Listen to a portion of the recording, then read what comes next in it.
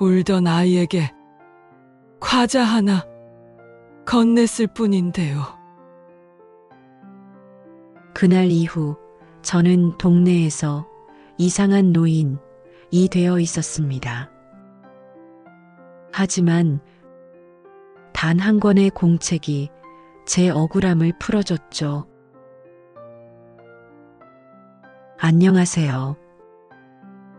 저는 서울 외곽의 오래된 아파트 단지에 사는 77살의 평범한 정분자 할머니입니다. 사람들은 저를 그냥 놀이터에 매일 앉아 있는 할머니라고 부르죠. 남편은 10년 전에 세상을 떠났고 아들은 외국으로 떠나 벌써 몇 해째 얼굴을 못 봤습니다. 손주는 사진으로만 봐요. 그래서 전 매일 놀이터에 나갑니다. 아이들이 웃고 뛰는 소리를 들으면 그 소리만으로도 하루가 덜 외롭거든요. 그날도 평소처럼 벤치에 앉아 있었어요.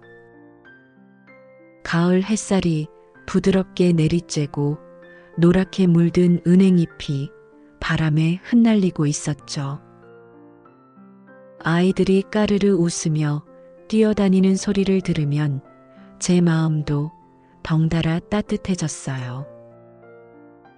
그런데 그날따라 미끄럼틀 아래에서 한 여자아이가 울고 있더군요. 무릎이 살짝 까진 모양이었어요. 눈물이 볼을 타고 줄줄 흐르는데 그 모습이 꼭 제 손주 같았어요. 저도 모르게 가방 속에서 뻥과자 하나를 꺼내 들었죠. 울지 말고 이거 먹어. 옛날엔 이게 최고였단다. 아이가 울음을 멈추고 절 올려다보며 뻥과자를 두 손으로 꼭 쥐더니 씩 웃는 거예요. 그 웃음이 그렇게 예쁠 수가 없었어요. 그런데 바로 그 순간 뒤쪽에서 쩌렁쩌렁한 목소리가 들렸습니다. 잠깐만요. 지금 뭐 하시는 거예요? 고개를 드니 고가의 선글라스를 쓴 젊은 엄마가 다가오고 있었어요. 손에는 휴대폰을 꽉 쥐고 표정은 이미 화가 난 상태였죠. 지금 제 애한테 뭐 주신 거예요? 아니, 요즘 세상이 어떤 세상인데 먹을 걸 줘요? 저는 깜짝 놀라서 얼떨결에 대답했어요. 아이가 울길래 그냥 달래주려고요. 그 엄마는 아이 손에서 과자를 낚아채더니 바닥에 내던졌습니다. 이게 뭐예요? 뻥과자요? 이런 거 설탕 덩어리에 기름 범벅된 거잖아요. 요즘 누가 이런 걸 먹어요? 아니, 아무리 그래도 남의 애한테 마음대로 뭘 주면 어떡해요? 그녀의 목소리는 점점 커졌고 근처 벤치에 있던 다른 엄마들도 하나둘 모여들기 시작했어요. 요즘 이상한 사람 많다니까. 그러니까. 아무 이유 없이 접근하는 사람들 있잖아요. 할머니면 다 착한 줄 아나 봐. 그 말들이 제 귀를 찌르듯 들렸습니다. 저는 그저 손을 내리고 가만히 서 있었어요.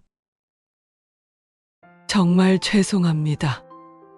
그냥 울어서 사탕보다 이게 나을까 해서. 하지만 그 엄마는 제 말을 끊었습니다. 아니요. 죄송하다고 될 일이 아니에요. 세상 무섭다고 뉴스 안 보세요? 모르는 사람한테서 음식 받지 말라고 애들 교육시키는데 이런 행동은 진짜 위험하잖아요. 저는 입술이 바짝 말라 아무 말도 할 수 없었어요. 그 엄마는 한참을 더 쏘아붙이고는 아이를 끌고 가면서 뒤돌아봤습니다. 앞으로 우리 애 근처에 오지 마세요. 부탁이에요. 그 말은 부탁이라기보다 명령처럼 경고처럼 들렸습니다. 주변 엄마들은 아무 말도 안 했지만 그들의 눈빛엔 저 사람 좀 이상한 사람인가 봐 하는 불신이 섞여 있었어요. 누군가는 작은 목소리로 속삭였습니다. 아까도 혼자 앉아 있더라. 요즘 그런 노인분들 뉴스 많이 나오잖아. 그러니까 괜히 말 섞지 말자. 그 말들이 바람처럼 제 가슴을 찔렀어요. 저는 벤치로 돌아와 천천히 앉았습니다. 손에 남은 뻥과자 부스러기를 조심스레 털며 혼잣말을 했어요. 내가 뭘 그렇게 잘못했을까? 그냥 울지 말라고 한마디 한 게 그가 되다니.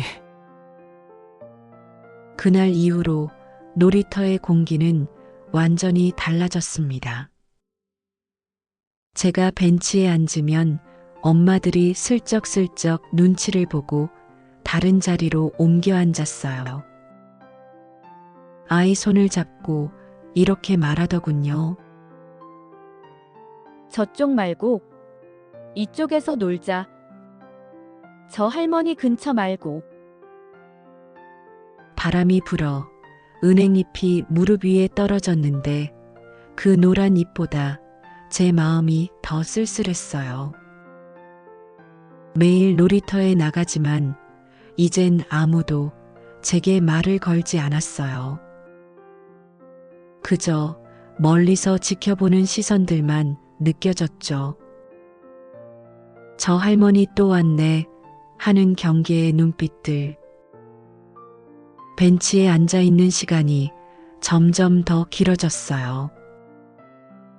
아이들 웃음소리는 들리는데 그 소리가 예전만큼 따뜻하게 느껴지지 않았습니다. 오히려 저와는 상관없는 먼 곳의 소리처럼 들렸어요. 며칠 뒤 비가 갠 아침이었어요. 밤새 내린 비에 놀이터 모래가 촉촉하게 젖어 있었죠. 그날따라 공기가 유난히 차가웠어요.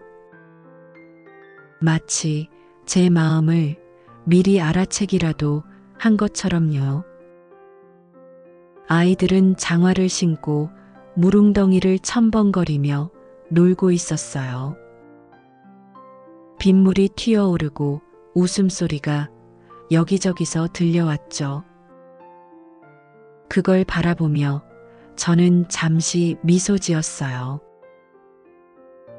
그래, 이게 아이들이지? 뛰고 넘어지고 울고. 그 순간 한 남자아이가 달리다 모래바닥에 엎어졌어요. 무릎이 까졌는지 울음이 터졌죠.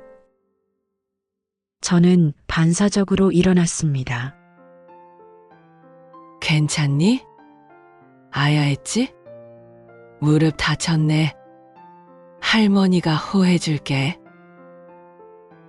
손수건을 꺼내 아이 무릎의 흙을 살살 닦아주려는 순간이었어요. 손 떼세요. 귀를 찢는 듯한 비명소리, 그 소리에 제 몸이 순간적으로 굳어버렸어요. 뒤돌아보니 아이의 엄마가 두 눈을 부릅뜨고 달려오고 있었어요. 한 손에는 휴대폰, 다른 손에는 우산이 들려 있었죠. 지금 뭐 하시는 거예요? 제 애한테 손대지 마세요. 이게 무슨 짓이에요? 저는 당황해서 손을 내렸습니다. 아, 그게 아이가 넘어져서 그냥 일으켜 주려고. 엄마는 제 말을 자르듯 소리쳤습니다. 요즘 세상이 어떤 세상인데 모르는 사람이 애한테 손을 대요? 납치 뉴스도 안 보세요? 그 순간 주변에서 웅성거림이 퍼졌습니다. 놀이터에 있던 다른 엄마들이 하나둘 모여들더니 휴대폰을 꺼내 사진을 찍기 시작했습니다. 저분, 아까도 애들한테 말 걸던데. 이상하다니까. 계속 놀이터에 앉아 있는 거 봤어. 이런 사람 많다더라 요즘. 신고해야 돼. 순식간에 공기가 얼어붙었어요. 저는 손을 허공에 둔 채 멍하니 서 있었습니다. 아니에요. 그냥 도와주려 한 건데요. 하지만 아무도 제 말을 들으려 하지 않았어요. 어디선가 누군가가 말했죠. 경찰 불렀어요. 그냥 넘어가면 안 돼요. 제 머릿속이 하얘졌어요. 심장이 두근두근 뛰고 손이 덜덜 떨렸습니다. 그 순간부터 제 귀에는 아무 소리도 들리지 않았어요. 아이 울음소리도 엄마들의 목소리도 다 멀어졌죠. 잠시 후 경찰이 도착했습니다. 푸른 제복 두 사람이 다가오더군요. 무슨 일이죠? 저 노인이 애한테 손을 댔어요. 납치하려는 거 아니에요? 경찰은 조용히 제게 물었습니다. 할머니, 무슨 상황입니까? 저는 입술을 떨며 대답했어요. 그냥 아이가 넘어져서 도와주려 했어요. 정말이에요. 다친 줄 알고. 하지만 제 목소리는 너무 작았어요. 엄마의 큰 목소리에 묻혀버렸죠. 요즘은 다 그런 식으로 접근한대요. 처음엔 착한 척하면서 도와준다 하고. 그 말에 또다시 웅성거림이 번졌습니다. 그때 저는 조용히 가방을 뒤졌어요. 그리고 천천히 오래된 작은 공책 한 권을 꺼냈습니다. 손때가 묻고 모서리가 다른 낡은 노트였죠. 표지엔 흐릿하게 놀이터 기록장이라고 적혀 있었습니다. 경찰이 저를 바라봤어요. 그게 뭐예요? 할머니, 저는 떨리는 손으로 공책을 펼쳤습니다. 거기엔 이런 글이 적혀 있었어요. 놀이터에서 만난 아이들 수아, 민호, 지우. 다친 아이 무릎 연고 발라줌, 울음 멈춤. 비 오는 날 넘어질까봐 장화 신었는지 확인함. 그네에서 떨어질 뻔한 아이 잡아줌, 엄마께 전달. 모래 속에 유리 조각 발견. 관리사무소에 신고. 그리고 맨 마지막 줄엔 이렇게 써 있었습니다. 요즘은 아이 손을 잡는 것도 허락이 필요하다. 하지만 그래도 다친 아이를 그냥 두고 볼 순 없다. 경찰이 그 글을 천천히 읽더니 고개를 들었어요. 이분 복지센터 봉사자 아니세요? 응급처치 교육 받으신 분 맞죠?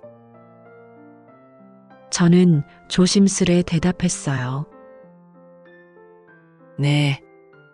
아이들 동화책 읽어주고 가끔 응급처치도 알려줘요.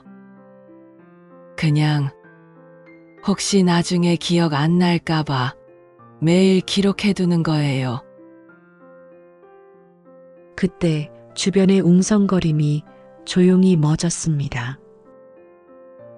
엄마들의 표정이 하나둘 굳어졌어요. 아까까지 핸드폰을 들고 찍던 사람들도 고개를 숙이더군요. 잠시 후 아이 엄마가 작게 중얼거렸습니다. 그런 줄 몰랐어요. 죄송해요. 저는 미소를 지으며 고개를 끄덕였어요. 괜찮아요. 요즘 세상이 겁이 많아졌죠. 그래도 아이가 다치지 않아 다행이에요. 경찰은 제 공책을 조심스레 다듬며 말했어요. 이런 분들이 계셔서 세상이 아직 따뜻한 겁니다. 저는 조용히 고개를 숙였습니다. 하지만 가슴속엔 말 못할 허무함이 남았어요. 도와주는 게 죄가 되는 세상이라니. 참 씁쓸하네. 그런데 그때 그 엄마들 중 한 여성이 저를 향해 천천히 다가왔어요. 눈가가 빨갛게 부어 있었고 입술은 꼭 다물린 채 떨리고 있었어요. 그녀는 제 앞에서 멈춰 서더니 한참 동안 아무 말도 하지 못했어요. 그러다 아주 조용한 목소리로 물었습니다.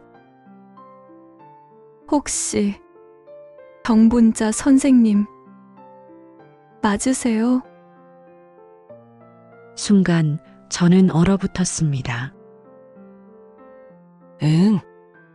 내 이름을 어떻게 알지? 그녀의 눈동자가 떨렸습니다. 그리고 곧 두 볼을 타고 눈물이 흘러내렸어요. 저예요. 초등학교 때 담임 선생님이셨잖아요. 제가 글씨를 너무 못 써서 매일 울던 애요. 그날 선생님이 제 손을 잡아주시면서 괜찮다, 천천히 하면 된다, 글씨보다 마음이 먼저야 라고 말씀하셨잖아요. 그 말을 듣는 순간 제 머릿속 어딘가에서 아주 오래된 기억 하나가 조용히 열렸습니다. 하얀 분필, 냄새가 나던 교실, 분홍색 연필을 쥐고 울고 있던 아이. 그 손을 잡고 함께 글씨를 따라 쓰던 내 젊은 손. 아, 맞아요. 그 아이, 그 눈 크던 아이. 저는 숨을 멈춘 채 그녀의 얼굴을 오래 바라봤어요. 시간이 겹쳐졌습니다. 과거의 꼬마가 지금의 엄마와 포개져 보였어요. 그래. 너가 그 아이였구나. 그렇게 커서 이렇게 다시 만나는구나. 그녀는 눈물을 닦지도 못한 채 제 손을 꼭 잡았어요. 그때 선생님 덕분에 글씨를 배우고 그게 계기가 돼서 지금은 저도 교사로 일해요. 근데 제가 선생님을 이렇게 오해하다니, 제 입으로 그런 말을 하다니 정말 죄송해요. 그녀의 손이 제 손 위에서 덜덜 떨렸습니다. 그 떨림이 제 심장까지 전해졌어요. 저는 천천히 고개를 저었습니다. 괜찮아, 괜찮아. 다 세상살이 속에서 겁을 배운 거야. 요즘은 서로 믿는 게 어려운 세상이니까. 그녀는 고개를 숙이며 울었습니다. 그 모습을 보는데 이상하게도 제 마음은 따뜻했어요. 억울함보다 안쓰러움이 더 컸어요. 그래도 이제 알았으니 됐지? 넌 너희 아이 잘 키울 거야. 나처럼 오래된 손이 아니라 너희 젊은 손으로 따뜻함을 전해주면 되지. 그녀는 흐느끼며 제 손등에 얼굴을 묻었어요. 선생님, 정말 죄송합니다. 그때 멀리서 노는 아이들이 제 쪽을 바라보며 손을 흔들었어요. 그녀의 아이도 있었죠. 그 아이가 엄마에게 외쳤습니다. 엄마! 할머니 이제 웃는다! 그 말에 저도 모르게 웃음이 새어나왔습니다. 눈물과 함께 오랜만에 마음속 깊은 곳이 풀어지는 느낌이었어요. 경찰은 저를 범인처럼 대하지 않았어요. 할머니, 오해만 풀면 됩니다. 잠깐만 동행해 주시겠어요? 그렇게 저는 젖은 놀이터를 뒤로하고 경찰서로 향했습니다. 그날 저녁 경찰서에서 모든 조사가 끝나고 귀가해도 된다는 말을 들었어요. 하지만 제 발걸음은 쉽게 떨어지지 않았습니다. 창문 밖으로 비가 다시 내리기 시작했거든요. 서류를 정리하던 젊은 경찰 한 분이 제게 다가왔습니다. 그는 다른 사람들보다 유난히 조심스럽게 말했어요. 할머니, 많이 놀라셨죠? 저는 웃으며 고개를 끄덕였어요. 이젠 괜찮아요. 나이 들어서 놀랄 일도 많지 않은데 오늘은 좀 흔들렸네요. 그 경찰이 잠시 머뭇거리더니 제 앞에 앉았습니다. 그의 눈빛이 어딘가 익숙했어요. 혹시 정분자 선생님 맞으시죠? 순간 저는 숨이 멎는 줄 알았습니다. 또요. 오늘은 다들 내 이름을 어떻게 이렇게 알아요? 그는 멋쩍게 웃으며 말을 이었어요. 저 초등학교 2학년 때 선생님이 담임이셨어요. 제가 글씨를 너무 삐뚤게 써서 혼나던 날 기억 안 나세요? 글씨는 모양보다 마음이 더 반듯해야 한다. 그렇게 말씀하시던 거 아직도 잊지 않았어요. 그제야 저는 천천히 그를 바라봤어요. 검은 제복 속에서도 어린 시절의 얼굴이 겹쳐졌습니다. 그 아이, 늘 장난꾸러기였지만 친구가 울면 먼저 손 내밀던 착한 아이였어요. 저는 웃었습니다. 그래. 너가 그 녀석이구나. 너가 이렇게 커서 경찰이 됐구나. 그는 고개를 숙이며 말했어요. 선생님 덕분이에요. 제가 어려운 사람 보면 그냥 지나치지 못하는 성격이 됐거든요. 그래서 경찰이 됐어요. 그의 목소리가 조금 떨렸습니다. 잠시 말을 멈추더니 조용히 이렇게 덧붙였어요. 사실 제 딸이 작년에 놀이터에서 다쳤을 때 그 응급처치 교육 덕분에 큰일을 막았어요. 그때 가르쳐 주신 게 아직 제 머릿속에 남아 있어서요. 그 덕분에 제 딸이 지금 건강하게 뛰어다니고 있습니다. 그 말에 제 눈가가 뜨거워졌어요. 손끝이 저절로 떨리더군요. 그래. 세상은 참 묘하지? 내가 가르쳤던 아이가 또 다른 아이를 지켜주고 결국 그 손길이 다시 나한테 돌아오는구나. 그는 미소를 지으며 말했습니다. 세상이 변했다고 하지만 선생님 같은 분들이 있어서 아직은 괜찮아요.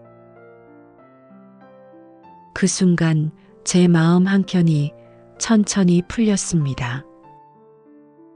억울함도 서운함도 모두 바람에 날아가는 듯 했어요. 그래. 내가 괜히 기록하고 괜히 걱정했던 게 아니었네. 그 시간들이 다 이렇게 이어지고 있었구나. 그는 마지막으로 제 공책을 조심스럽게 돌려주며 말했어요. 이건 꼭 계속 써주세요. 그 안에 사람 마음이 다 들어있네요. 저는 미소를 지으며 고개를 끄덕였어요. 그래야겠네. 내 손이 더 이상 글씨를 못 쓸 때까지는 이 마음을 기록으로 남겨야겠지. 그날 집에 돌아오는 길 빗방울이 가로등 아래로 반짝이며 떨어지고 있었어요. 그 빛이 꼭 오래된 기억처럼 따뜻하게 느껴졌습니다. 집에 도착하자마자 저는 공책 마지막 장을 조심스럽게 펼치고 오늘의 일을 써내려갔어요. 오늘 나를 오해하던 사람이 사실은 내가 길러낸 아이였다는 걸 알았다. 세상은 참 기묘하게 돌고 도는구나. 상처와 인연이 같은 자리에서 다시 만났다. 그리고 나는 또 한 명의 제자를 만났다. 한 아이의 아버지로 세상은 둥글게 돌고 돌아 결국 마음이 마음을 찾아온다. 나는 그저 오래된 손으로 그것을 확인했을 뿐이다. 글씨를 다 쓰고 펜을 덮자 창문 밖에서 아이들 웃음소리가 들려오는 듯 했어요. 그래, 아직 세상은 따뜻해. 오해보다 진심이 더 오래 남는 세상. 나는 그걸 믿고 살아야지. 며칠 후였어요. 복지센터에 들렀더니 제가 늘 앉던 자리 책상 위에 하얀 봉투 하나가 놓여 있었습니다. 누가 두고 간 건지 이름도 적혀 있지 않았어요. 그저 깔끔한 글씨로 정분자 할머니께 라고만 쓰여 있었죠. 봉투를 열어보니 흰 종이 한 장이 접혀 있었습니다. 편지에는 이렇게 적혀 있었어요. 할머니, 그날 정말 죄송했어요. 세상이 너무 무섭다고 생각했는데, 사실 제가 무서웠던 건 사람의 마음을 믿지 못한 제 자신이었어요. 제 딸은 이제 할머니 얘기를 들으면 착한 할머니, 책 읽어주는 할머니라고 말해요. 그리고 저도 매일 아이 손을 꼭 잡아줍니다. 예전엔 잡는 법을 몰랐는데 이제는 손끝에 온기를 전하는 게 얼마나 소중한지 알겠어요. 그날 이후로 저희 아이가 매일 놀이터에 가자고 졸라요. 할머니 만나러 가자고요. 정말 감사합니다. 그날의 오해를 통해 저는 다시 사람을 믿는 법을 배웠어요. 편지를 읽는 동안 제 눈이 서서히 흐려졌습니다. 한 줄 한 줄 내려갈 때마다 눈물이 떨어져 종이에 작은 얼룩이 번졌어요. 내가 세상에 남긴 게 아직 있구나. 그 생각이 들자 참 오래간만에 가슴이 따뜻해졌어요. 내가 베푼 게 크지 않아도 누군가의 마음에 한 줄기 빛으로 남을 수 있다는 게 그게 얼마나 고맙고 감사한 일인지 몰랐습니다. 편지를 다 읽고 나서 창밖을 보니 아이들이 복지센터 마당에서 뛰어놀고 있었어요. 그 웃음소리가 마치 괜찮아요, 이제 됐어요 라고 말해주는 것 같았어요. 저는 편지를 가슴에 꼭 안았습니다. 그래, 세상이 다 변한 건 아니구나. 아직은 믿어도 되는 사람들, 믿어도 되는 따뜻함이 남아있구나. 그리고 공책을 펼쳐 오늘의 기록을 썼습니다.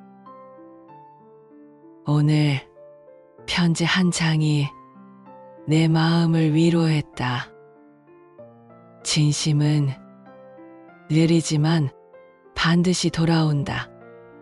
그게 내가 믿고 싶은 세상이다.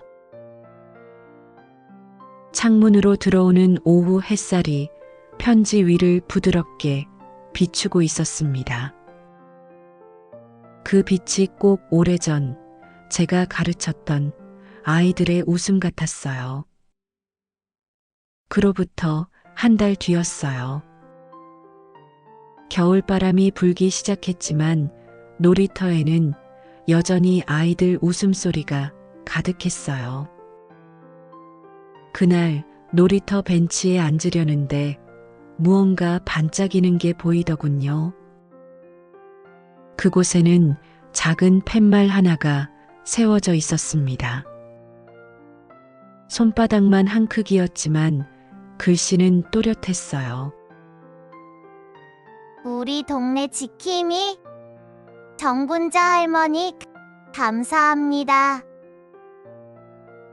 그 아래에는 작은 하트 스티커와 색색의 크레파스로 그려진 아이들 얼굴이 붙어 있었습니다. 순간 가슴이 꽉 차올랐어요. 손끝이 떨려서 팻말 위에 살짝 손을 얹었죠. 고맙다. 정말 고맙다. 그때 놀이터에 있던 아이들이 저를 보고 손을 흔들었어요. 할머니, 해주세요. 할머니, 탕 주세요. 아이들의 그 소리가 바람보다 따뜻하게 들렸습니다.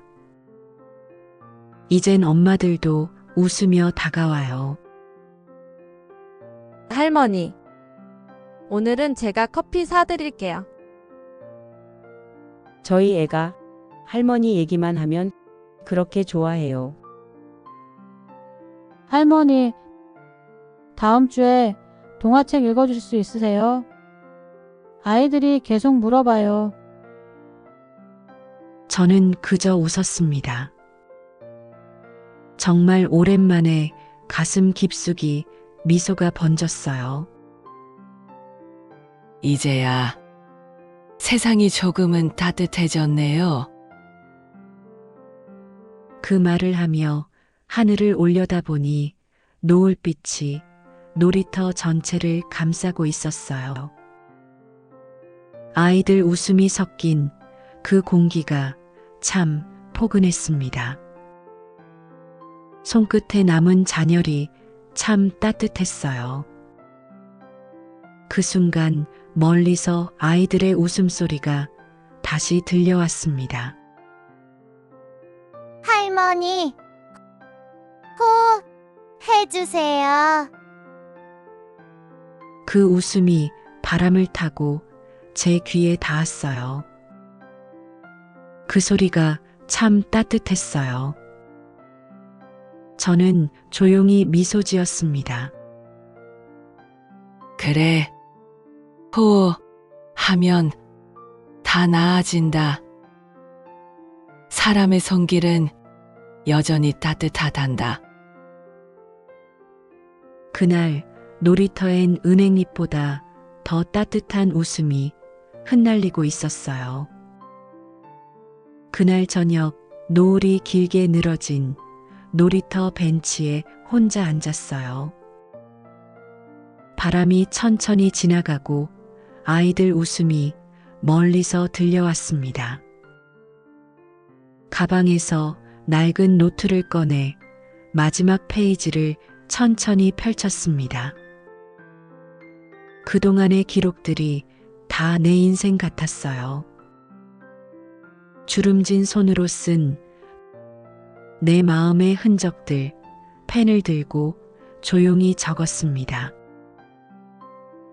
오늘 세상이 내 손을 다시 잡아주었다. 아직도 따뜻한 사람들이 많다. 오해는 거치고 진심이 남았다.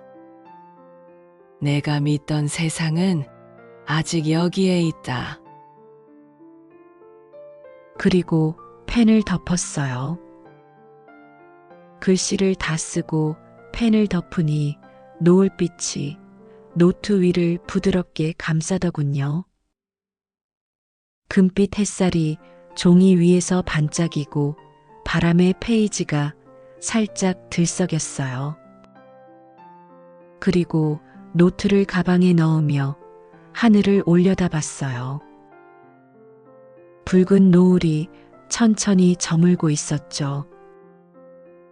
그날의 햇살처럼 사람의 마음도 그렇게 따뜻하게 남아있기를. 그렇게 저는 또 하루를 접었습니다. 세상은 여전히 조심스럽고 마음은 여전히 상처받기 쉽지만 그럼에도 불구하고 사람의 손길이 세상을 바꾸는 건 변하지 않아요. 당신의 따뜻한 손길 하나가 누군가의 하루를 지켜줄지도 모릅니다. 혹시 저도 누군가를 오해한 적이 있었나? 문득 그런 생각이 드네요. 여러분은 어떻게 생각하시나요? 댓글로 여러분의 생각을 들려주세요. 따뜻한 마음 하나가 누군가의 하루를 바꿀지도 모릅니다. 오늘도 끝까지 함께 해주셔서 진심으로 감사합니다. 여러분의 작은 관심 하나하나가 제게는 큰 힘이 됩니다. 영상이 마음에 드셨다면 좋아요와 구독, 그리고 알림 설정도 부탁드릴게요. 댓글로 여러분의 생각을 나눠주시면 더 많은 분들과 지혜를 함께 할 수 있을 것 같습니다. 다음 시간에도 더 따뜻하고 흥미로운 이야기로 찾아뵙겠습니다. 늘 건강하시고 행복하세요. 감사합니다.